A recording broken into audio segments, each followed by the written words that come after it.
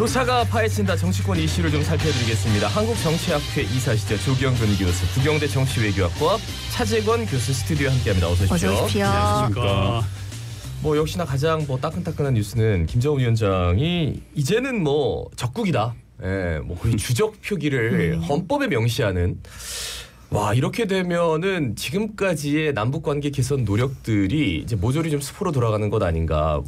선대에서 만든 것까지 다 지금 이제 다 없어졌어요. 저는 윤석열 대통령이 바라던 바대로 북한이 반응하고 있는 부분이다. 결국은 저는 윤석열 대통령이 그런 적대적 관계를 창출하기를 원했는데 만들어졌다.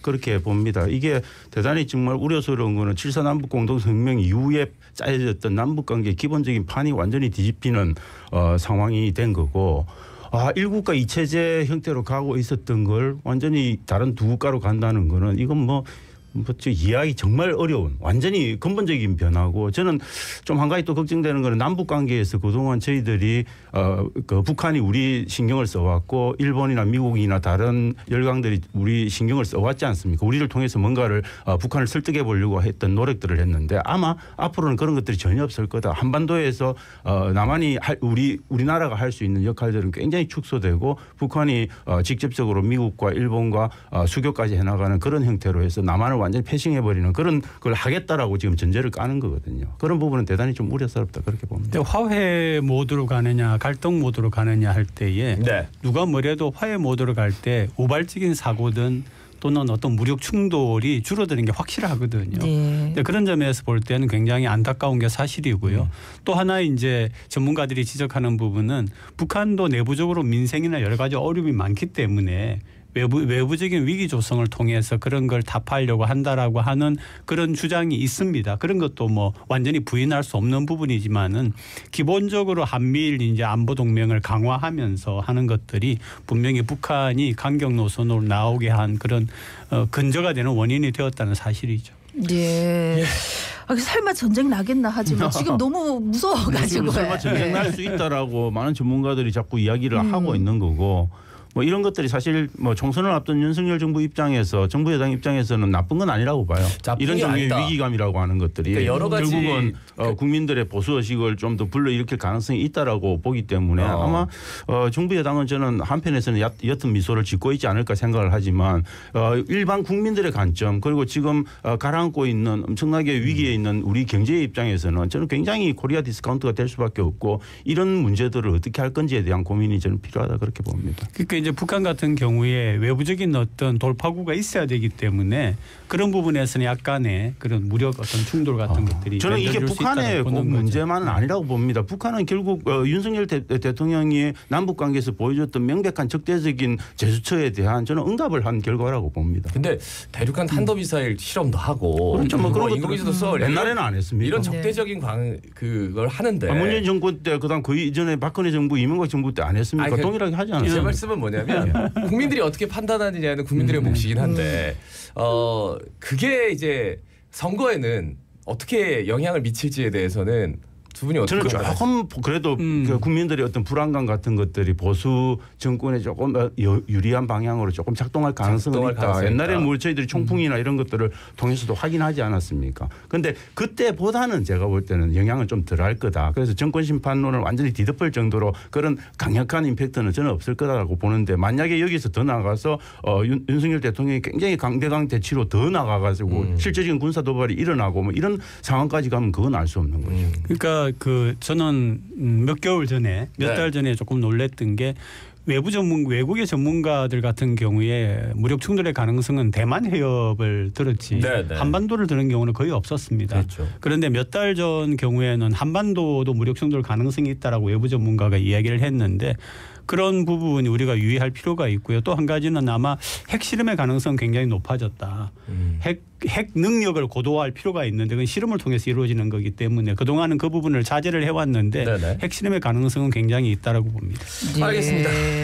자, 다음은 이재명 민주당 대표가 피습을 당해가지고 목숨을 잃을 뻔한 일이 있었는데 이게 지금 경찰은 좀 부실수사한 거 아니냐 하는 더불어민주당의 얘기가 있는 와중에 지금 어제 보니까 국민권익위에서는 이거 뭐 응급헬기 이용한 그 관련해 가지고 부정청탁 및 특혜 제공 여부를 조사를 착수하겠다 했더라고요. 어떻게 보십니까? 뭐 이미 소방청장이 나와서 소방청 헬기 운영에는 아무 문제 없었다라고 이미 그 해당 주무부서를 책임지고 있는 사람이 와서 그런 이야기를 했는데 또 정부가 따로 이야기하면 국민들은 이건 뭐지 생각을 할 수밖에 없는 상황인 거고 국민들이 그걸 원한다라고 이야기하는데 저는 도대체 어떤 국민들이 그걸 원하고 있는지를 참 이해하기 어려운 부분들이 있다. 그리고 실제 여러 가지 여론조사를 보면 국민들이 원하는 거 명백한 좀 경위 원인 파악 그런 좀 더 좀 적극적인 수사 이런 것들을 원하고 있는 거거든요. 그런데 그런 데는 대답하지 않고 완전히 동문서답한 사례가 아닌가 그런 생각이 듭니다. 그러니까 어떤 이슈나 쟁점에 따라서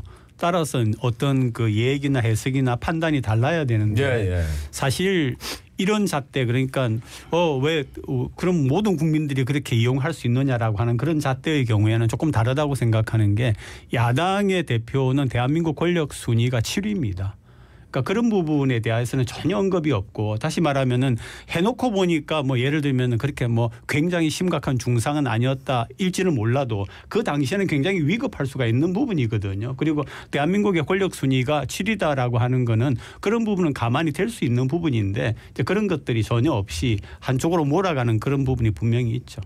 근데 저는 한편으로는 당연히 이재명 대표 피습 사건은 그 자체가 굉장히 흉폭하고 정말 돌이킬 수 없는 테러인데 만약에 부산에서 그냥 치료를 받으셨다면 이라는 생각도 들어요. 그런 생각은 있죠. 뭐 그런 부분은 민주당이 저는 뭐 전략적 사고를 제대로 못한 부분이 있다라고 보는데 그런데 민주당 그때 당시에 어떤 대표 비서실장의 이런 분의 관점에서 보자면 저는 좀 전문적 감각을 가지고 부산에서 좀 치료를 받았으면 좋다 이런 생각은 해요 개인적으로. 그런데 문제는 이제 가족들이 강력히 원하고 뭐 이런 상황이면 사실 그런 것들에 반응하기가 쉽지 않은 거죠. 알겠습니다. 그러니까 충분히 이해할 수 있는 부분을 또 이렇게 틀어서 가면은 틀어가는 그런 부분이 보이는 것 같아요. 예. 윤석열 대통령 새해 그 민생 토론회를 하세요. 근데 이 민생 토론회에서 뭐 정말 많은 메시지들을 쏟아내고 있습니다. 일단 30년 된 아파트 안전 진단 없이 재건축할 수 있다. 예? 그리고 금투세, 금융투자소득세 요것도 폐지하겠다. 그리고 경기 남부에 세계 최도의 반도체 메가 클러스터를 조성하겠다. 근데 이 토론회에서는 대부분 이제 대통령 혼자 말씀하시고 그리고 질문은 받지 않습니다.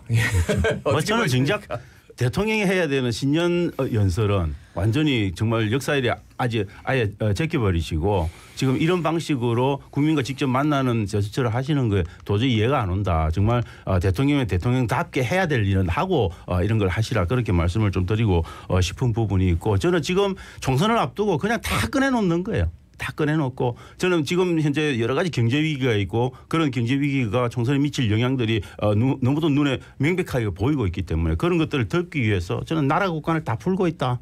그것 이상 평가할 방법이 없다. 특히 그리고 그 나라 국간을 풀더라도 좀 못 살고 힘든 서민들을 위해서 풀어야 되는데 금투세 폐지 같은 것들은 완전히 정말 자산가들을 위해서 푸는 겁니다. 이거는 이미 미국, 영국, 일본, 독일 이런 모든 선진국에서 다 하고 있는 거예요. 하고 있는 규제들을 다 푼다는 겁니다. 그러면 도대체 우리나라가 안 그래도 부의 양극화가 심해서 힘든데 거기에다가 그냥 기름에 불을 얹어버리는 거예요. 불에 기름을 얹어버리는 이런 현상들은 아니다 생각이 들고 그다음에 반도체 같은 것들도 이거 600조지만 작년에 벌써 300조 삼성에서 투자하겠다는 거 얹은 거예요. 거기다가 하이닉스라든지 삼성이 추가적으로 투자하겠다는 거 다 얹어가지고 대통령이 한 거 아무것도 없어요. 그냥 민간이 삼성이 이미 이야기한 2019년부터 이야기한 것들 다 끌고 모아서 자기가 마치 새롭게 할 것처럼 이야기하는 건 이건 아니죠. 예, 대통령이나 여권에서도 사실 이런 오해 내지는 그런 반박이 있을 거다라는 걸 알고 있죠. 예를 들면은 뭐 반도체 같은 경우에 전 세계적으로 한국이 반도체 강국이고 또 대만을 비롯해서 중국도 따라오는 입장이기 때문에 반도체를 강화해야 되는 거는 알지만은 해필 왜 이 시기냐라고 하는 것 특히 이제 경기도라고 하는 부분에서는 누구나 현명한 국민들은 이게 총선하고 연계되어 있다라고 하는 걸 알 수밖에 없는 거죠. 저는 또 한 가지 아쉬운 거는 600조씩 그렇게 경기도 수도권에다가 퍼붓고 있는데 그 윤 대통령이 이번에 나가서 이제 그 원전 관련한 반도체 만들기 위해서 파운다리 만들기 위해서 원전 필요하다고 하지 않습니까? 하나 만들려면 한 원전 필요한데 20몇 개를 갖고 있는 여기는 왜 이 공장 하나 안 지어줍니까? 네, 우리는 네. 원전 안고 있는데 파운다리 공장은 왜 여기는 안 지어요? 네. 아마 또 이렇게 이야기하겠죠. 평택을 비롯해 가지고 이미 기존 시설들이 있기 때문에 거기에 힘을 합치는 게 필요하다 또 이렇게 이야기하겠죠. 일단 네. 근데 민생토론회라는 걸 하는 것도 조금 생소하긴 한데 거기서 이제 질문이 없고 기자회견을 안 하시고 계시는 예, 지금 보수 언론들도 예. 거기에 대한 것들에 대한 좀 말씀을 좀 듣고 싶어요. 제가 볼 때 그 기자회견해서 기자들이 직접 완전히 뭐 짜고 치는 형태로 하지 않는 이상은 저는 윤석열 대통령은 그런 것들에 적절히 대답할 수 있는 능력을 갖추신 대통령은 아니라고 봐요. 네. 그렇기 때문에 그런 것들을 피하는 게 저는 정무적으로는 옳다. 네. 그렇게 봅니다. 방금 우리 차 교수께서 말씀하신 그런 질문들을 예. 계속 하게 되면은 뭐라고 알겠습니다. 대답을 했을까요? 네. 진짜 좀 토론회니까 기자회견도 그렇고 문답이 있는 것도 한번 좀 봤으면 좋겠다 하는 생각도 듭니다. 지금 또 정치권은 제3신당, 뭐 비례대표 너무 지금 신당이 너무 많고 이름도 지금 뭐 가칭인 것도 있고 정해진 것도 있고 너도 나도 신당을 창당해가지고 너무너무 복잡한데 지금 제일 큰 화두 같은 경우 이낙연, 이준석 두 전 대표가 연대를 할 것인가 이 부분이거든요. 어떻게 보십니까? 저는 뭐 연대를 꿈꾸기는 하겠지만 저는 이낙연 대표 같은 경우는 연대를 해야 되는 것이 절체절명의 어떤 상황이다 그렇게 봅니다. 그렇지 않고는 저는 이낙연 대표는 민주당을 뛰쳐나온 효과가 거의 없을 거다라고 보는데 네. 저는 이준석 대표 입장에서 이낙연 대표를 받아들일 이유가 별실이 없다. 왜냐하면 이낙연 대표가 호남에서 뭔가 지역구 하나라도 가져올 수 있는 능력이 계신 분이면 받아들일 가능성도 있죠. 그런데 그런 능력 없어요. 그런데 이준석 대표 입장에서는 이럴 거는 개혁이라고 하는 관점에서 이낙연 대표 같은 경우는 개혁의 어느 그 이미지도 갖고 있지 않거든요. 그런 것들에 오히려 마이너스 효과가 있을 거기 때문에 저는 이준석 대표는 굉장히 오랜 고심을 하게 될 거다. 그래서 네. 적어도 이준석 대표가 같이 가자라고 이야기를 할 정도 되는 거는 제3지대가 너무 완전히 강고하게 만들어질 때 이낙연 대표 빼고 갈 수 없는 상황이 만들어지거나 아니면 이낙연 신당 효과가 점점 현실화돼 가지고 지역구를 가져올 수 있는 상황이 된다면 좀 고민을 해보겠지만 지금은 저는 그런 가능성이 별로 없을 것 같다 그렇게 봅니다. 호남에서 별로 돌풍 아닐 수 있다고 전혀 돌풍 없다고. 이준석 전 대표가 그런 얘기 하지 않았습니까? 각자 한번 최대한 모아보고. 네, 그다음에 이제 우리가 연대를 하면 한다 이렇게 이야기를 했는데 결국 얼마나 모이느냐라고 하는 게 변수인 것 같고요. 네, 또 네. 하나의 변수는 이준석 전 대표나 이낙연 전 대표 같은 경우에 말은 이제 그 여야의 그 심각한 그런 대치 같은 것들을 제3지대를 통해서 푼다라고 하자면 사실은 주목하는 부분이 다 대권 주자들이거든요. 그러니까 대권 주자의 입장에서 이게 하나의 텐트 속에 들어갔을 경우에 뻔히 보이는 게 갈등이기 때문에 과연 하나의 새로운 제3당으로 나올 거냐에 대하여서는 회의적인 그런 시각들이 많죠. 네. 그래서일까요? 이제 양측에서 내놓는 그 여러 가지 얘기들이 좀 뉘앙스가 다른 것 같아요. 다르죠. 설전에 뭔가 좀 하자 했는데 네. 그렇게 빨리 하면 안 된다. 약간 이준석 이준석 전 대표는 대표는 그럴 이유가 전혀 없다라고 봅니다. 천천히 좀 속도 조절을 하는 것 같고. 예, 또 이제 기본소득당 용해인 의원이 이제 민주당 비롯한 진보 진영에서 비례대표 후보 함께 내자고 제안을 했더라고. 근데 어제 여론조사 같은 거 보니까 비례대표 용해인 뭐 개혁신당에 투표하겠다는 게 꽤 높던데 꽤 어떻게 높죠. 보십니까? 예. 네. 그건 아마 제가 볼 때는 민주당이 지금 현재 병립형 권역별 비례대표제로 갈 수 없는 상황을 이미 인지하고 있고 그렇게 되면 자연하게 지금 현재의 준영동형 체제로 갔을 때 위성정당 만드는 건 엄청나게 부담이 될 수밖에 없습니다. 그리고 결국 저는 민주당이 선택할 수 있는 건 위성정당을 과감하게 만들거나 아니면 이렇게 비례연합신당을 통해서 표를 챙기는 수밖에 없는데 저는 굉장히 용해인 의원 입장에서는 저는 굉장히 좋은 패를 갖고 지금 놀고 있는 거다. 그런데 문제는 비례연합신당의 전체적인 폭이 얼마나 넓을 거냐. 그 안에다가 조국신당까지 다 포함할 거냐라고 했을 때 그렇게 될 경우에는 저는 쉽지 않을 거다. 그렇게 봅니다. 그래서 비례연합신당이 만들어지고 할 수는 있는데 그런 것들이 야권 지금 시민사회 일각에서 원로들을 중심으로 만들어지고 있는 그런 시민사회 안에서의 연대 움직임들하고 어떻게 결합할 거냐 이런 것들을 통해서 전체적으로 조금 더 지켜볼 필요는 있다 그렇게 봅니다. 그러니까 많은 분들이 이런 질문을 많이 하세요. 병립형하고 준연동형 같은 것들이 있는데 이게 도대체 뭐냐 아예 모르겠다라고 말씀을 하시는데 지금 현재 양당 같은 경우에는 병립형이 훨씬 유리하죠. 왜 그러냐면 얻은 득표만큼 비례 자리를 얻기 때문에.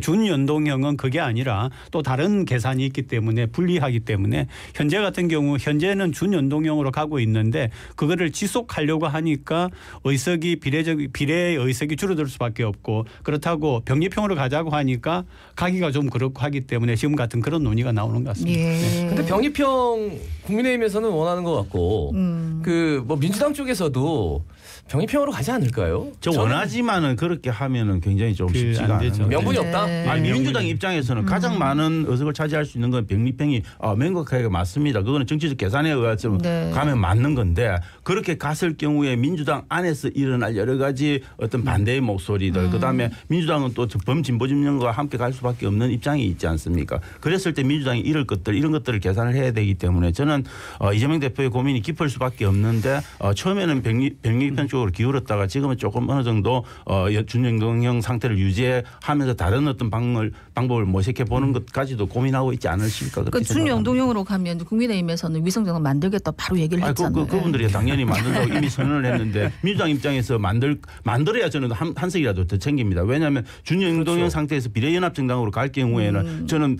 민주당이 한 10% 정도는 잃을 거라고 봅니다. 그렇지만 10% 잃더라도 저는 대의와 명분을 챙기는 게 오히려 옳을 수도 있다. 그것에 대한 고민이 저는 민주당이 있을 그러니까 거다. 민주당이 위성정당에 대하여서 이제 후반에 가면서 굉장히 비판을 많이 했거든요. 그런데 만약에 그 국민의힘 같은 경우에 이렇게 준연동형으로 가가지고 위성정당을 만들면은 민주당도 만들 수 있는 명분이 생기는 거죠. 쓸 것 같아서. 명분이 생기는 거죠.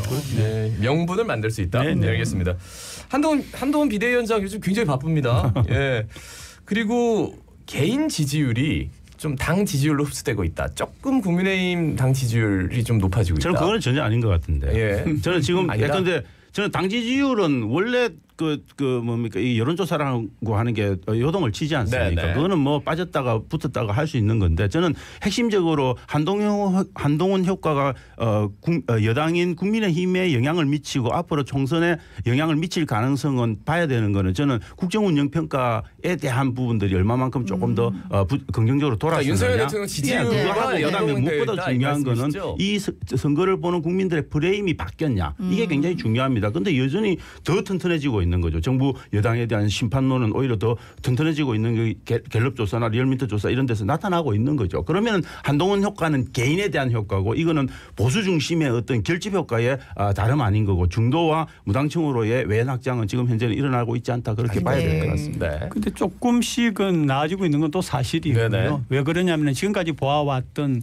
선거에 임하는 그런 어떤 행태, 모습 언변 이런 것들이 다른 부분이 있기 때문에 그런데 이제 결정적인 부분은 반윤은 못할 거라고 생각합니다. 그러나 비윤으로는 적어도 바깥으로 내세울 때에 비윤으로는 가면서 윤 대통령의 그 국정에 대한 그런 부분과 상관없이 국힘이 표를 얻도록 하는 그런 방향을 틀어가지 않겠느냐는 생각을 합니다. 그런데 저는 만약에 한동훈 효과가 계속 있었다면 지금 벌써 심평 변호사를 비롯해서 많은 부분들 국민의힘 일부에서 벌써 공동 비대위원장 필요하다는 이야기까지 나오고 있는 부분은 네네. 한동훈 효과의 지속성이 조금씩 떨어지고 있다 그렇게 보는 게 맞을 것 같다 생각이 듭니다. 그러니까 이제 뭐 김건희 특검법이라든지 이런 거에 대해서 어떤 입장을 분명히 해주는 게 더 도움이 되지. 한동훈의 색깔이 없지 않습니까? 대통령 부인에 대해서 어떤 말 자체를 못하고 대통령에 대해서 어떤 비판적인 스탠스 하나도 내비치지 않고 오로지 자기가 얼마만큼 빛나는 존재인가만 자꾸 지금 셀럽 이미지만 만들어내고 있는데 그 속에다가 심지어 거짓말까지 하고 있어요. 거짓말들이 속속이 드러나고 있는 상황이어서 저는 앞으로 이 효과가 과연 얼마까지 갈까 이건 대단히 저는 그러니까 좀 반윤으로 갈 수 없는 게 한계가 있는 거죠. 비윤으로는 가지만. 예. 국민의힘 여당 같은 경우에는 늘 뭐 물갈이 비율이 얼마나 되느냐 이게 좀 화두가 됐거든요. 이번에도 뭐 공관위원장 얘기 들어보니까 뭐 굉장히 좀 단호해 보이던데 어떻게 보세요? 저는 단호하다고 봅니다. 기본적으로 저는 권력을 4개 권력을 나눠가지고 지도를 하고 있는데 저는 특히 영남 권력에 있어서 그러니까 근데 그 국민의힘이 굉장히 유리한 이런 지역들에서는 현역 컷오프를 굉장히 많이 할 가능성이 많고 공천 과정에서 굉장한 불이익이 갈 가능성이 많고 그래서 물갈이 폭이 민주당보다는 훨씬 높을 가능성이 많다 그렇게 봅니다. 그런데 수도권이나 이렇게 좀 불리한 지역에서는 그 퍼센티지가 조금 낮아질 가능성들이 있다 그렇게 보는 거죠. 네. 그러니까 특히 이제 뭐 3선 이상인 경우에는 꽤 물갈이가 되지 않을까 하는 네. 이미 그렇게 지금 규칙도 이 정해놓은 와중에 김무성 전 국회의원이 부산 중영도구 출마를 선언했습니다. 이거 어떻게 보십니까? 목불인견. 와, 나 진짜 도저히 못 보겠다. 저는 목불 인견 이런 상황이 자꾸 되니까 네. 김무성 그래도 대표가 지금까지 한국 정치에서 남아 있는 그래도 뭐 DJ나 YS급에 준하는 그런 종류의 정치적 인물인데 좀 답답하신 거죠. 그러니까 직접 한번 나서 보겠다라고 이야기를 하는 건데 저는 김무성 대표를 어떻게 다루느냐도 굉장히 중요하다고 봅니다. 무조건 안 된다라고 하고 하면 아마 저는 무소속으로도 강행하실 가능성이 굉장히 많고 그럴 수 있는 정치적 자원과 뭐 어떤 정치 자금이라든지 이런 부분에서도 충분히 네. 여력을 갖고 계신 분이기 때문에 저는 무소속 출마까지도 감행하면서 아마 뭔가 자기의 존재감을 보여주려고 하지 않을까 싶습니다. 컷오프 시키면 나 무소속 가겠다. 이거 굉장히 큰 압박인 것 같아요. 예.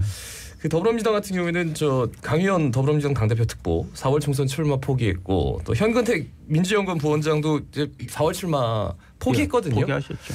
근데 이제 자꾸 이렇게 좀 악재가 나오면 뭔가 좀 이슈에서 좀 멀어지는 것 같아가지고 어떻게 보세요? 그렇죠. 민주당은 사실 공천 과정에서는 조금 저는 그런 부분에서는 공천 관리의 이미지 창출을 잘 못하는 부분들이 있다. 그래서 뭐 여러 가지 사실은 국민의힘처럼 명백하게 음주 걸린 사람들은 안 돼. 윤창호법 이전은. 이런 것들이 명확하게 좀 돼야 되는 거죠. 그런데 음주도 있고 성비 관련한 부분들도 있는데 그런 부분들을 조금 저는 그 첫 단추를 깰 때 제대로 못 깬 부분은 민주당도 반성할 부분이다라고 보는데 저는 그래도 현근택 변호사나 이런 분들이 다 이렇게 내려앉았기 때문에 네네. 이 부분은 좀 일단락되고 가지 않을까 싶습니다. 선거에 영향을 주는 게 이제 정책적인 내실적인 부분이 있고요. 네. 프로파간다라고 바깥으로 드러나는 어떤 이렇게 따라갈 수 있는 그런 부분이 있는데 후자의 부분에 있어서는 지금 이재명 대표가 부재인 오늘부터 이제 드디어 당부에 네. 들어오는데 지금까지는 뭔가 민주당이 갈팡질팡하는 모습이었던 거죠.